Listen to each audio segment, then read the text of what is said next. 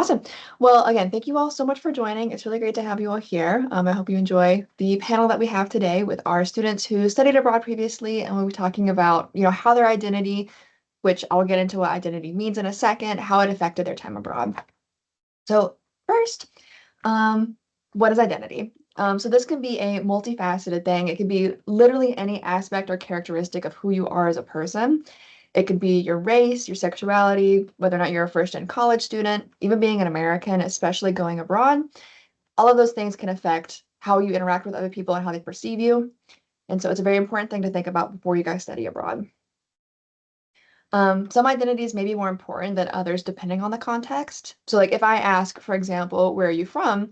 You might say, oh, I'm from, a certain city. If I know that you're from Georgia, you might say that you're from a certain city. Or if you're talking to someone who's not from Georgia, you might say you're from Georgia or you're from an hour from Atlanta, just whatever sort of identifier that they might understand. And when you study abroad, you might say, I'm an American, but you wouldn't really say that to another American who's asking where you're coming from.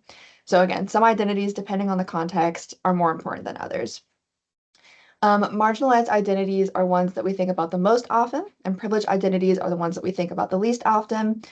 And this could also include apparent or visible, or non-apparent or invisible identities. So apparent identities could be your race or your gender or your race or your gender, and non-apparent or invisible identities that can include being an American, what language you speak at home, that kind of stuff. So some things to consider about identity abroad. So the two main purposes of this panel is just to get you guys to think about how your identity is going to affect your experiences abroad. Is there anything that you'll be comfortable discussing while you're abroad, or any boundaries that you want to set? For example, you might not want to discuss American foreign policy when you go abroad, and that's a fine boundary to set if you're not familiar with that. And then just like life at home, you might encounter discrimination while you're abroad, and how will you navigate those potentially tough conversations about yourself or your home country? So yeah. All right, so now we will get into the introductions from our panelists. So beginning with Sydney, just say, where and when you studied abroad, and also a brief couple sentences about what you did on your program. Yeah, so hi, my name is Sydney. I studied abroad in Costa Rica for 11 days last summer. And on my program, the focus was tropical, but also just like wildlife ecology. So as a biologist, we studied a lot of like different animals that were there, their habits, and got to see a lot of cool places where they might live in the forest and things like that. So a lot of all things environmental, but also the focus in the program was also just the culture in Costa Rica. So we got to kind of do both, and it was pretty fun. Yeah, awesome. Thank you. Aiden? Hi, everybody. So I've actually done two study abroad programs. The first one I did was in Spain for 5 weeks last summer. And then in 2024, I also went to Italy for 4 weeks. And we focused on language learning and culture. So it was really, really interesting. Yeah, thank you. Daniel? All right, so I went to Japan and I was there in the fall from August to December, so 4 months. And it was primarily just language and the culture. Yeah, thank you. And then Kristen, how about your program? Hi, I'm Kristen. I did the Rios Institute Study Abroad program with the Security Studies majors. Our job was to work with the Institute and kind of just learn more about Greek and American relations while also studying the culture and the history. We stayed for 4 weeks and it was last summer. Yeah, awesome. So very wide array of programs that we have here today. Cool. So we can go ahead and get into the first question. So was there anything about your identity that you felt uncomfortable discussing? And did you encounter any tough conversations about your identity? And how did you navigate them? Beginning with Sydney. For me, one thing that was kind of uncomfortable because I hadn't been on a study abroad for it and didn't really know how to prepare for it was talking about mental health. Since our trip was short, we did spend 11 days and quite like all the time spending together. So for me, it was adapting, getting used to being vulnerable with people I hadn't really known too well before. It was tough to open up about the anxiety while traveling, but also just kind of struggles of being tired and meeting new people and making friends. But I feel like on the trip, I was grateful to have moments where back at our institute where we were staying, it naturally occurred where we kind of got to bond, like at the table at night, we'd get to journal together. So we kind of got to know each other and have those safe spaces where we could open up. And I feel like there were plenty of resources back home when they prepared us going on the trip, but actually experiencing it, it was kind of nerve-wracking opening up to people. But I'm really grateful for the opportunities we got to kind of share in that with one another. Yeah, and mental health on these programs is very important. I mean, like you said, you're doing something every single day, you're exhausted, you're constantly around people, and also just being away from home for a while, that can be a little stressful for some people. Absolutely. Yeah. So thank you. And then Aiden, how would you answer this?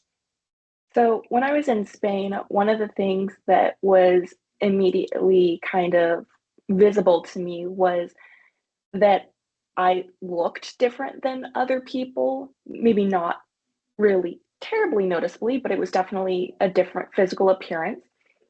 And whenever I would ride in cabs and they would learn that I was American, they would immediately become very uncomfortable with me.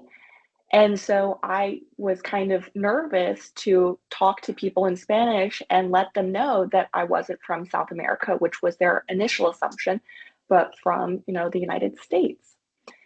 And one of the ways that I navigated these was I would build personal connections first. And if they approached the topic of me being a United States citizen with, curiosity, then it was a lot easier to engage with them and let them be curious rather than being defensive. Yes, and again, you're gonna have a lot of those conversations. And so just opening it, engaging with it, knowing that they're just curious, it's gonna be a really good perspective. All right, Daniel. Yeah, I feel like I didn't really have anything I was uncomfortable about discussing. I was kind of very, very open with stuff because it was good language practice at the end of the day to talk about some of these more like complex issues about like your identity. And so I guess my way of navigating them was just do them and like have these conversations. And like I guess it is a bit of a cultural thing because culturally they might not have some of these conversations about like I guess mental health, as I think Sydney said, or some things are more American compared to I was in Japan, so there's big differences about what we would talk about. And you can learn a lot, especially from the host culture, about what they decide to ask. Even those questions that they ask say a lot about their perspective and their worldview. So it's very interesting. Mhm. Let's see, Noah. So welcome in. Would you mind introducing yourself? And then also, was there anything about your identity that you felt uncomfortable discussing? And how did you navigate any tough conversations? Uh, okay. Well, I'm Noah. I was on the London abroad trip in the spring of 2025. And as an American going to London, I didn't quite feel uncomfortable being an American, with the exception of the tariff scandals happening at the same time as our traveling. So there was a little concern there, but because the tariffs were impacting us more than it was the UK, being an American didn't matter to them. Uh, didn't have any direct tough conversations with my with I had some tough conversations with my peers because we were discussing the situation at hand, but we didn't have any problems with the UK nationals. Yeah. And again, just having, even talking with fellow peers on your program, fellow Americans, sometimes you can still get into some tough conversations, just based on how you usually talk about politics here in the US. So it's something very important to consider. All right. And then Christian, how was your experience? My experience is pretty good. With my program, we weren't just speaking with people that were Greek, we were speaking with many different kinds of diplomats and attaches that were from other countries. And I would say being an American wasn't like taboo over there, but like people were, they would ask you a lot of questions as an American. And kind of like what she said at the beginning, where it's like, you don't have to be a diplomat for America, but I think like a safe way to navigate this is just just try and reiterate that my experience as an American is just my experience. We have so many different kinds of people that influence our politics, and you can even try and turn it back and ask them stuff about their country and like what's going on with them and come at it as like a perspective of learning. And I would say like navigating conversations with your peers. We all had very diverse backgrounds and very different kinds of identities on my group. And me being a first gen college student, I do work, whereas some people on our trip, they were a little younger than me. They also maybe had family that was helping them out pay. So we all had to have early discussions early on about how we were going to navigate like finances and trips and stuff while we were in the country. But taking that time to set that aside was definitely what made that work the best.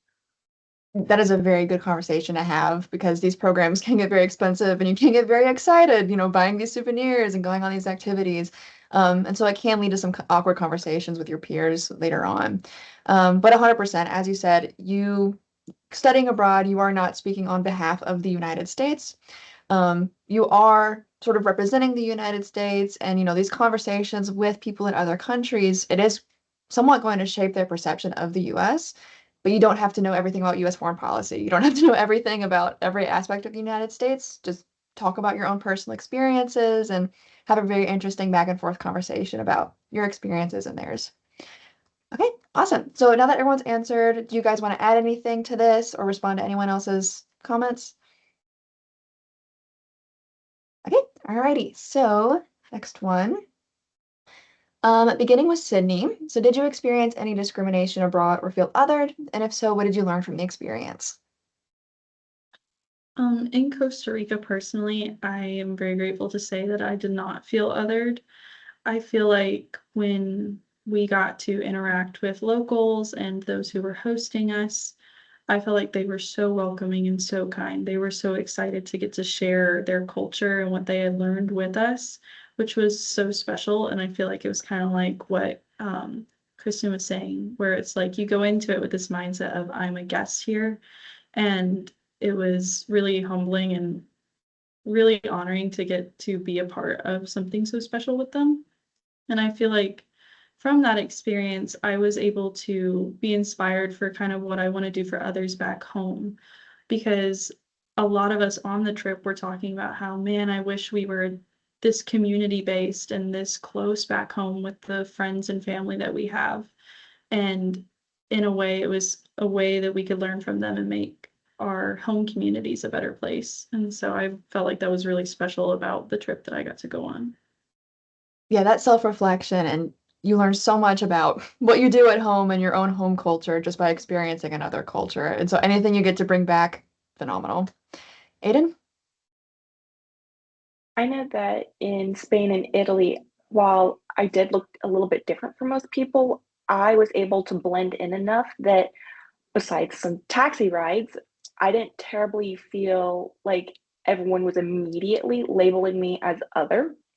Now, when I was traveling through Eastern Europe, so in Austria and Czechia, um, I did notice that it was a lot harder to just kind of blend in with the flow of people because the social dynamics were so different. And while I do have a Polish last name, I don't speak the language and I can't even begin to understand it since I study Romance languages. And those are most certainly not related to Romance languages. And so it was a very interesting perspective to kind of look into a culture and see how different it is from mine, and then be able to still experience it and make friends with people and learn. So I didn't feel like I was discriminated against, but I definitely felt like I was an outsider, but still welcomed. So. Yeah, being an outsider, being a guest in another culture, yes, 100%. And especially what's really interesting is, like you said, even just the flow of people in Eastern Europe, like there's so many unseen, unspoken cultural norms that are just, it's really interesting to get to experience that firsthand. And again, reflect on American culture and what are our unseen, unspoken rules that maybe students visiting the United States, what do they have to navigate coming here? So thank you. Daniel, what was your experience? So yeah, I guess I did feel definitely othered. I wouldn't necessarily call it discrimination. So Japan, there's a lot of trains and everything. So whenever I'm on the subway, I get, or if I would sit down, I get what's called like the gaijin seat, which is just a foreigner seat. And so essentially, it could be a packed train. I'm sitting down, and the two seats next to me will always be open. They'll be like the last ones to be taken. And that's just because, or, you might view it as like discrimination. It's definitely being othered. But if you kind of view it from their perspective, you are like a foreigner coming into their country. And a lot of the time they see them being loud, smelly, and like noisy. So that's kind of why they do it. And like I talked to a lot of my Japanese friends about it, and that's kind of why they say like that happens. I mean, some people just don't care. They want to just sit down, so they'll sit down. But usually that's just what I experience sometimes. I would say the one thing I did learn is just think about it from their perspective. It's not like they necessarily viewed me as worse. It's just they didn't even want to, find out about it. They're just like, I might as well just not go through that trouble. Just, sit somewhere else.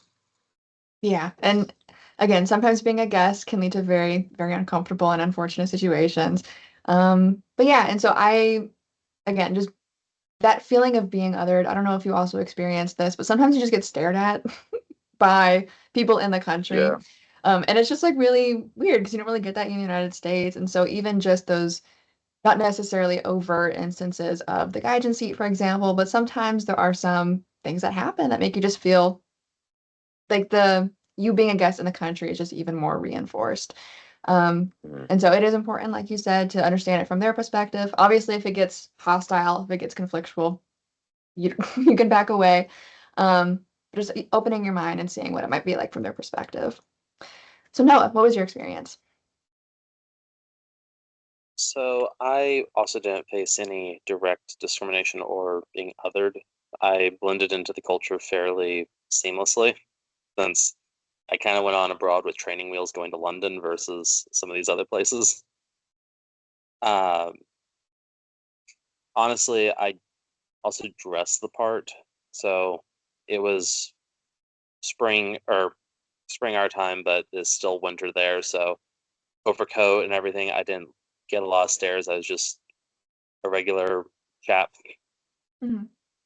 Um, just as a way of showing how much we blended in, I was at a pub and I was in almost in the way of a group of older guys who were trying to watch a football match. So what I made sure to do was move my bar stool out far enough where I could reach my drink and not be in their way. And it inadvertently was such a polite thing to them that they invited us to sit at their table and chat with them for a while. Yeah, and again, this whole panel is not to say that you guys should expect being discriminated against or being other, just to be prepared for it.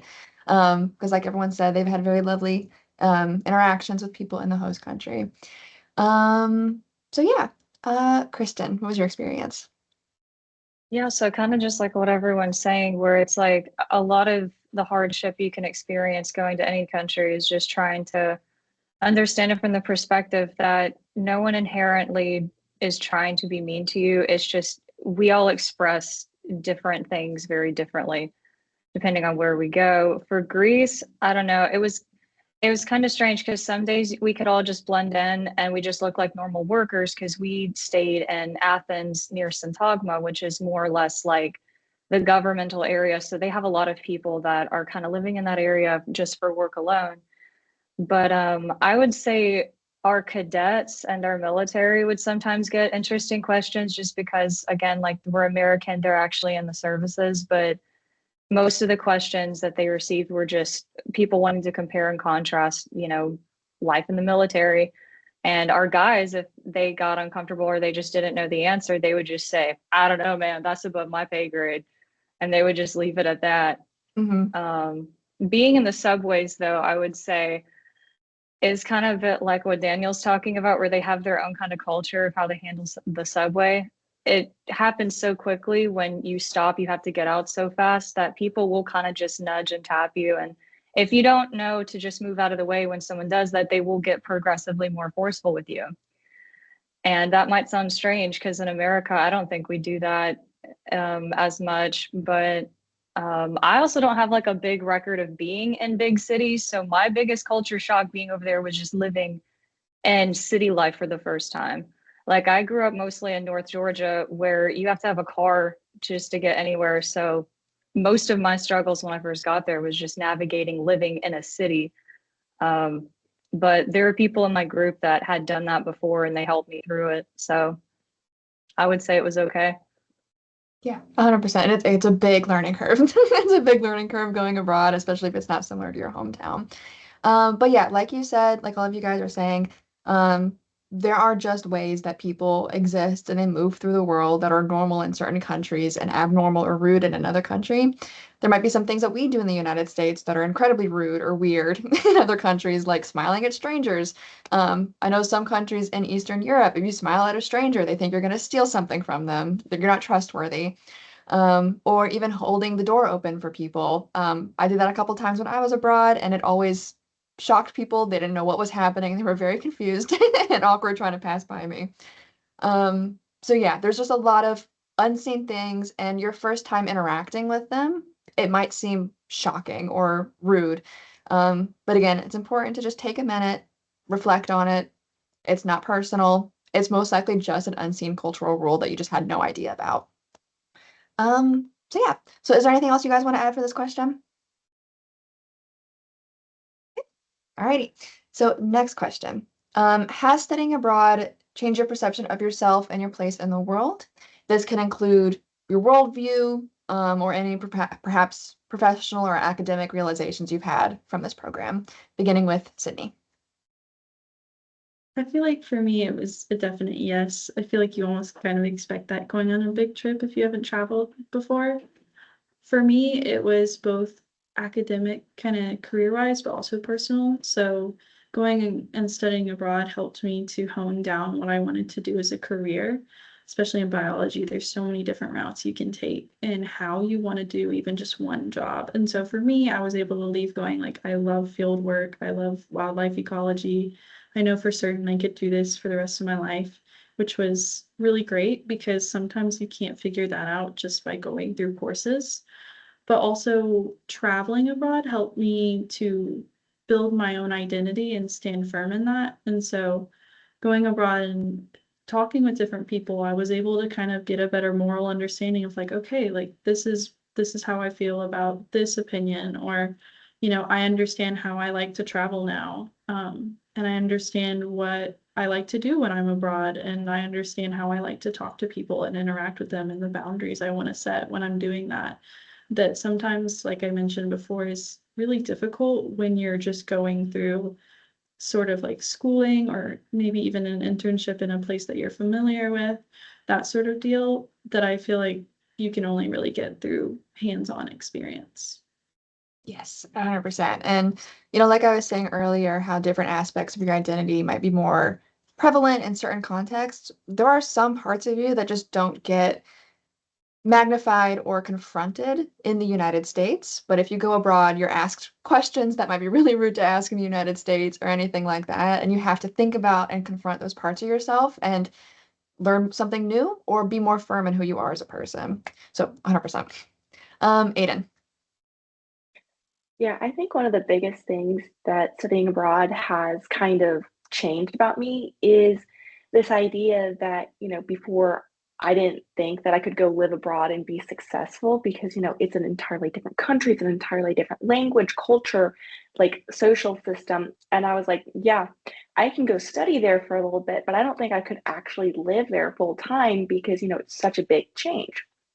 And then the second I got over there and spent the first few weeks and learned the rhythm and learned how everyone was interacting with each other, it was like this eye-opening experience of, hey, I really could go live over there. I could go work over there and be successful.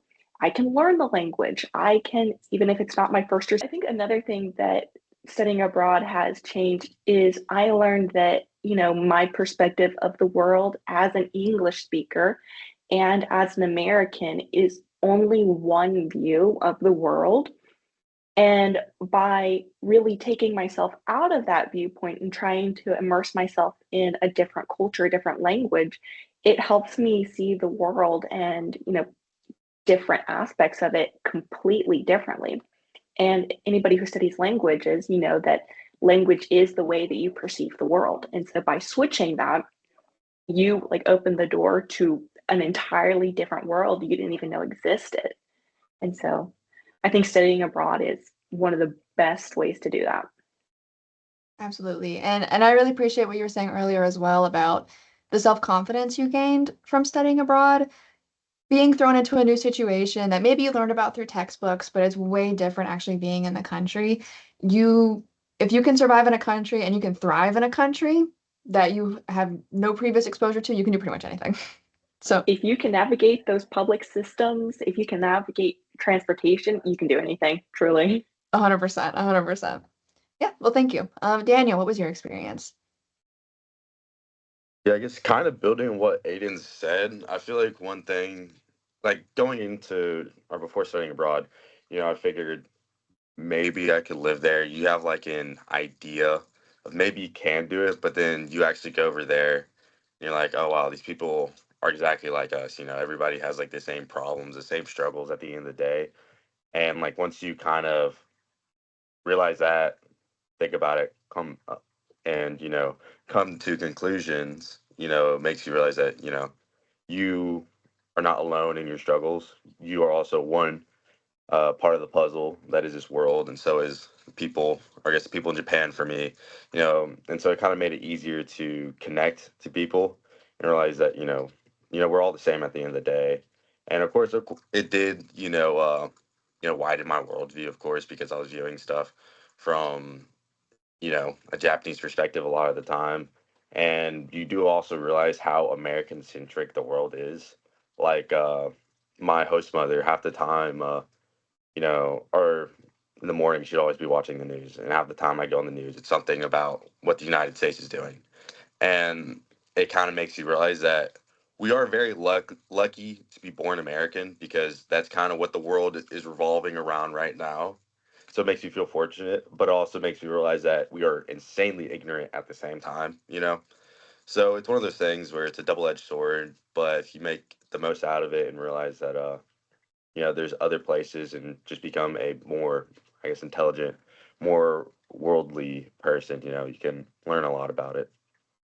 Yes, and I remember I think we were talking, yeah, so the US appears in headlines in other countries far more than other countries' news appears in US headlines. Yeah. And so going back to that conversation about people abroad, they often already have a preconceived notion about Americans just based on the news that appears in their country about the United States. And so when you are going abroad, you're having to navigate those stereotypes and those opinions. Um, and so again, you Oh are yeah. not trying to, yeah, you are not trying to like completely reshape their entire perception of America. Just talk about your personal experiences and let them, draw their own conclusions from Yeah. that. And like one more thing, like I was Yeah. talking to one of my Japanese friends like last week, and I think his name is like James Halarico. I think he's a guy from Texas. He's running for some sort of seat. He knew all about the guy just because he's been on Japanese television a lot. And Yeah. like you think we only know Takaichi, like the prime minister. That's the only person we know, but they know even our senators. So Yeah. yeah, something to think about. 100%. 100%. So yeah, thank you. Noah, what was your experience? So it kind of reaffirmed my perception of myself. I always was drawn to Britain, and my family has deep ancestral roots there. So it just felt like kind of in a way going home. My last name is severely Welsh. It's Pugh, spelled pug with an H. So I get that name kind of messed up heavily here. So going to a country where my name just blended in, it it felt like London is a second home. I can't say it's my first home, but because my ancestry comes from there, it just felt right, and it reaffirmed what I perceived of it, even though I thought I looked at Britain with rose tinted glasses for the most part. Yeah, and I mean, that sense of what it means, of what home means to you can change drastically after studying abroad. Maybe the United States and Georgia or whatever hometown you're from, maybe that's no longer your home, or maybe it further reaffirms that, like, no, this is my home. This is definitely where I'm from. This is definitely where I want to stay. So that sense of home, that sense of those roots that you have, those can change very differently after you study abroad. It sounds like your home and your definition of that sort of expanded a little. Is that correct? I would say I got two flags now. Yeah, so 100%, 100%. So it's a really interesting experience, and if you're not used to it, it can be a little jarring. So yeah. All right. Thank you. So Kristen, what was your experience?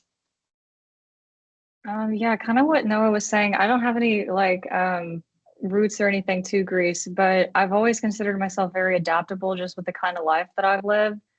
But I had never ever traveled outside of the US. I've traveled around neighboring states around Georgia, but that's about it. But every trip that I've done in my life, moving around different places in Georgia or even out of the state, I've done by myself.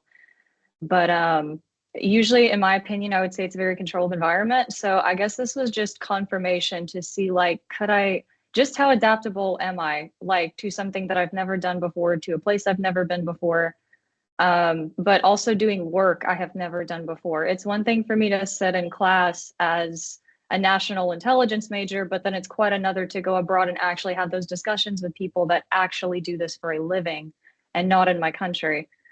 And I would say it just confirmed not only what skills I do have, but ones that I will have to definitely strengthen to get better at if I want to continue a path for a career in this kind of work, which I definitely do.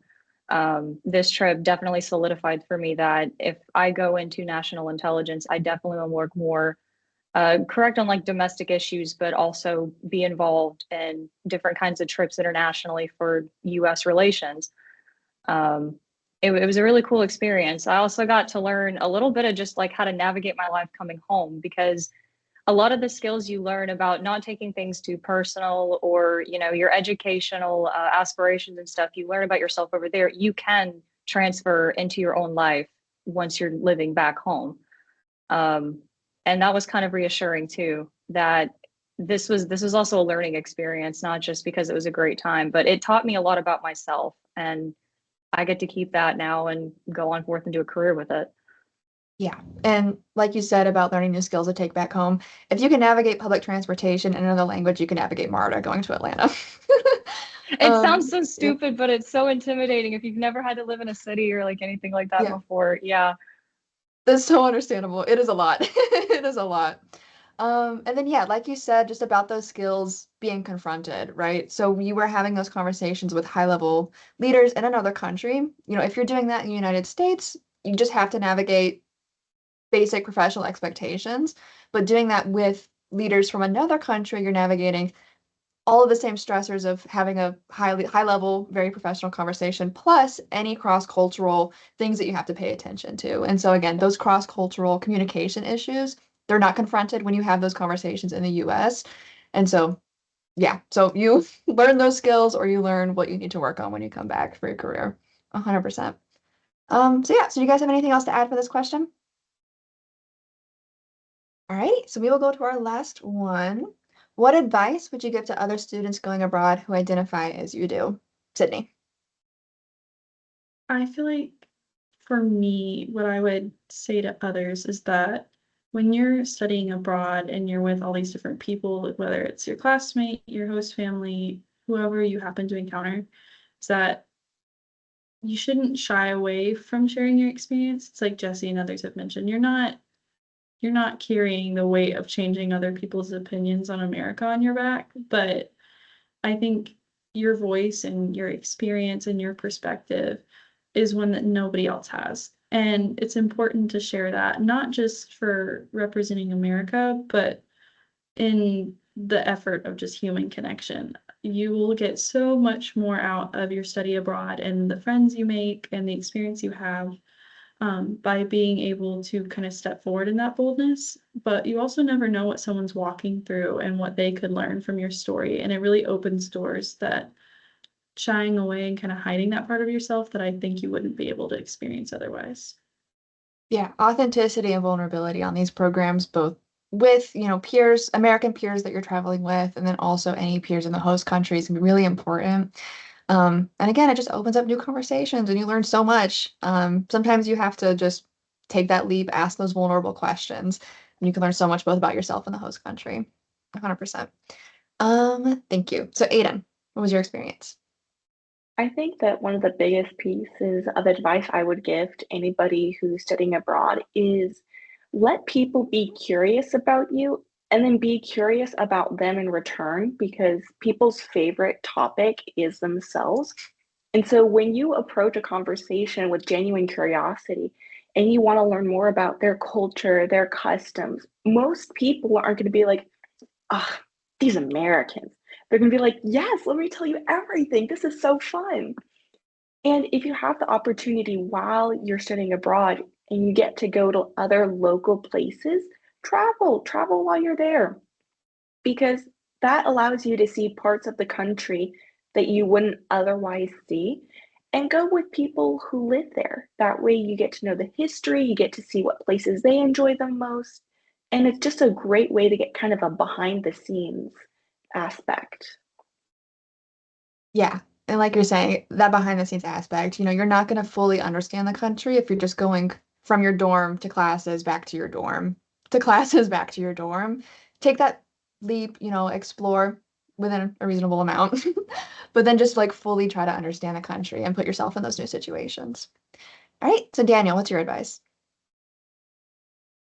So I guess building on what you were saying, of course, just do anything, take that leap of faith. Because, like, first off, what are the odds you're going to go back there again? Probably not too high. So if you think about it that way, anything you do doesn't really matter. So just go out there, have fun. If somebody invites you to do something, just go do it. Like, you have limited time. Nobody's going to remember you probably. So just go out there, have fun, do whatever you can. But then also something about me is like, my family's not the richest. So what helped me a lot was scholarships. So I got Freeman Asia and the Gilman Scholarship. So if you have the opportunity to get those scholarships, because they're needs based for the most part, I would 100% recommend you to just apply. And I think you can do it like almost a year ahead for some of them. But just do it because at the end of the day, it's like a once in a lifetime opportunity, and you don't want financial reasons being like a hindrance for you. And like, let's say, your friends are for me, a lot of the times my friends were like, let's go to izakaya. And, sometimes it'd be like 20, like it's like a bar. It'd be like $20 like each time you go. And like I didn't have to worry about it financially because I got the scholarships. But I know if I didn't, that's something I would need to think about. But I ended up having a great time every single time I would go. So like I would definitely recommend trying to do anything along those lines, like scholarships. Of course, you can always save money, but that's going to be it's going to take a lot of money you got to save, but just try doing that. And yeah, hopefully you can get the scholarships and just have fun. Yeah, like we were talking about earlier, these programs can get really expensive, and even just going out and having fun and doing all these activities, it can add up. So I will send a link to the National Competitive Scholarships Office website and chat. So quick little plug-in. Um, if you guys, whoever's listening, needs money for study abroad or even just finishing your degree at UNG, or maybe you want to do any independent research, talk to the National Competitive Scholarships Office. Their entire stick is helping y'all get money for these things. So they're the experts. Daniel worked very closely with them for Gilman and Freeman Asia, and I'm sure he can also attest to how great they are to work with. Yep, they are great. Yes, 100%. Mm. And then also, to add on to that point that you said about no one's going to remember you when you leave. Going back to that question about how studying abroad changes your worldview, you kind of realize that you are an ant in the grand scheme of things, and it can really help you take those leaps and just make those decisions that you might be too scared to do usually or too anxious. But it'll open up a whole lot for you, like you were saying. Yeah. Mhm. All right. So let's see, Noah. What advice do you have? So my advice would be just to start exploring right off the bat. Our first day, our little mini group within our cohort decided to just hit the ground running, and we ended up going from our hotel to Buckingham Palace and finding places to eat and just explore within an hour of landing in London. So it was really one of those things that if you hit the ground running, you get a better experience. And don't be afraid to just, if you see something that's interesting, ask questions. I was in the garment district for men in London and was exploring one of the shops there, and I was not pressured to buy anything because I, one, already knew the brand, and two, they were wanting to teach me about it so that I could have a better appreciation for the brand when such time as I could afford their shirts. So I'd say be ready to hit the ground running and to ask questions wherever possible. Yeah. And, like Kristen was talking about earlier with public transportation, the sooner you learn that, the better your experience is going to be. We would take advantage of that for your entire program.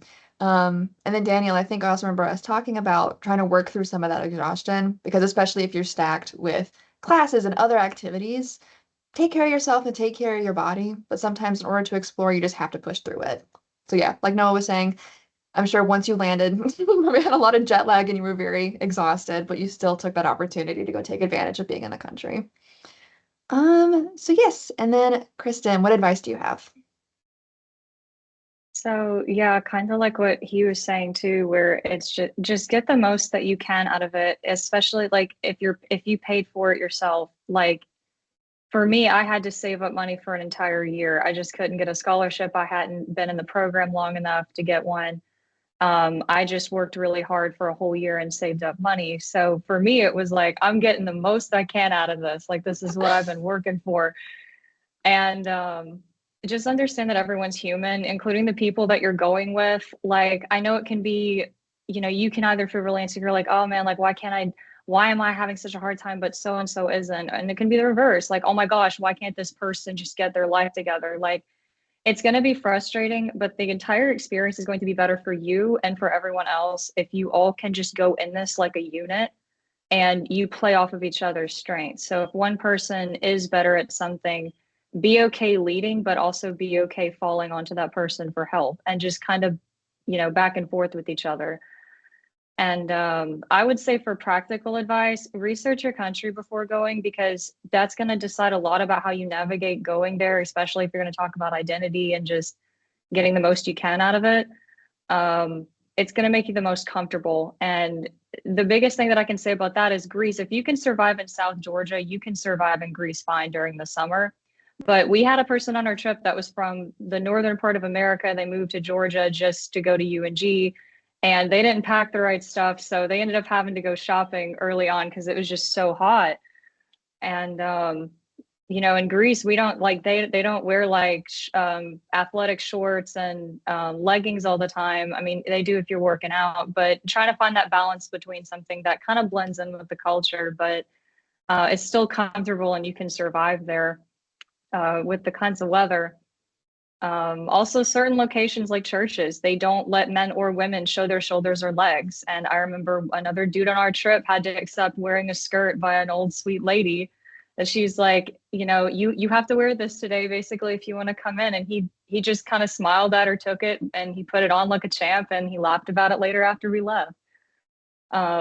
So just kind of just keeping your cool and just kind of being kind to people. That's going to make the most out of your trip. And I would say for safety though, please stick to like major roads or listen to your coordinators, because it is fun to go and adventure off. But my first 48 hours, we tried taking a shortcut to go to work and we ended up in a pretty bad area and it wasn't great. So listen to your coordinators and pay attention to streets and just stay close to the road and you'll be good.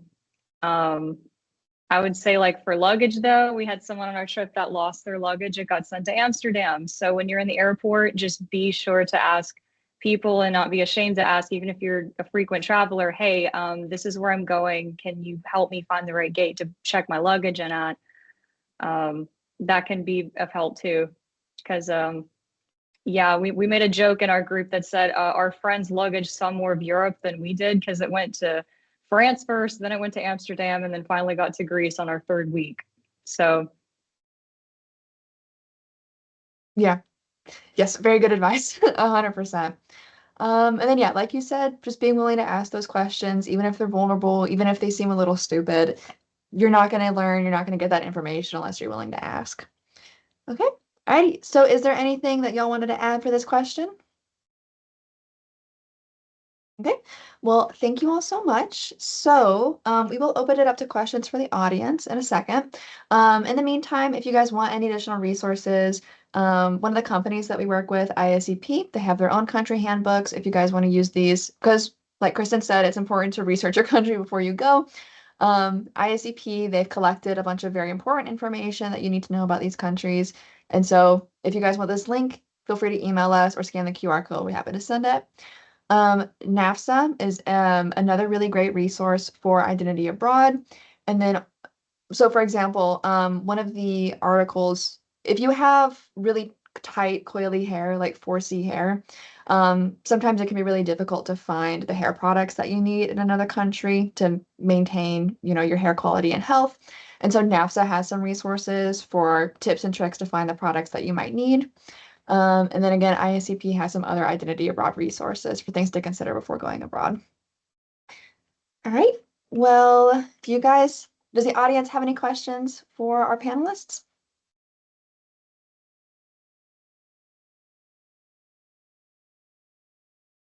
Okay.